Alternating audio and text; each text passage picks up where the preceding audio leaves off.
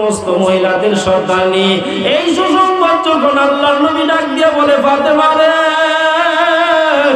এ ফাতেমা, তোমার একটা সুসংবাদ আছে। কি গো বাবা, কি সুসংবাদ আনছো? তোমার সুসংবাদ হইল আমার আল্লাহ আমাকে জানাইয়া দিছে, তুমি জান্নাতি যত মহিলা আছে সমস্ত মহিলাদের সর্দারনি হইয়া যাইবা। বলেন না সুবহানাল্লাহ।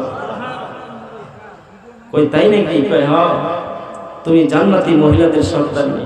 তবে ফাতেমা একটা কথা শুনিয়া রাখো, তুমি ফাতেমা জান্নাতি মহিলাদের সর্দারনি হইতে পারো, তবে তোমার আগে আগে একটা কাঠুরিয়া আছে, তার স্ত্রী জান্নাতে যাবে। বলেন আল্লাহু আকবার।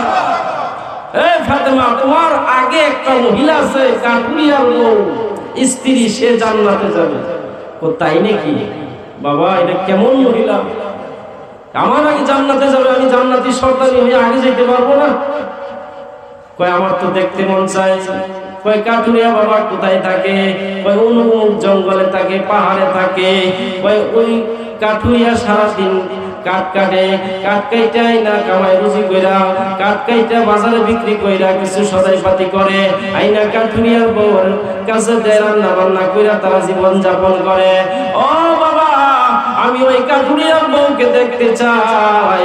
কই যাও, অমুক জায়গায় আছে, অমুক জঙ্গলে, অমুক পাহাড়ে আছে। হযরত ফাতেমা বুরকা পয়রা, পর্দা কইরা যখন কাঠুরিয়ার মেয়ের সাথে দেখা করতে রওনা হয়ে গেছে, বাস হযরত ফাতেমা রাদিয়াল্লাহু তাআলা আনহা যখন কাঠুরিয়ার বাড়িতে গেছে, কাঠুরিয়া বাড়িতে নাই, তার বউ দরজা ভিতর থেকে বন্ধ।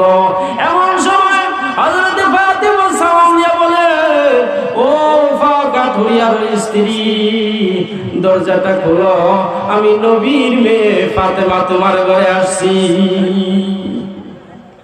যখন ফাতেমা বলতেছে যে আমি নবীর মেয়ে তোমার ঘরে আসছি, আমাকে একটু দরজাটা খোলো, আমি তোমাকে দেখতে চাই। আমার বাবা বলছে তুমি নাকি আমার আগে আগে জান্নাতে যাইবে, এই জন্য আমি তোমার দেখতে আসছি। কাঠুরিয়ার স্ত্রী কান্না শুরু করছে।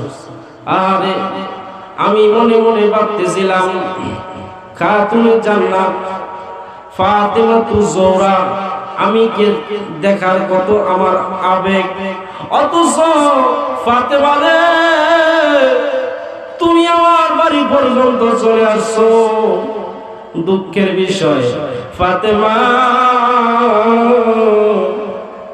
আমি আমার বাবার সাথে আমার স্বামীর কাছে অনুমতি নেই নাই।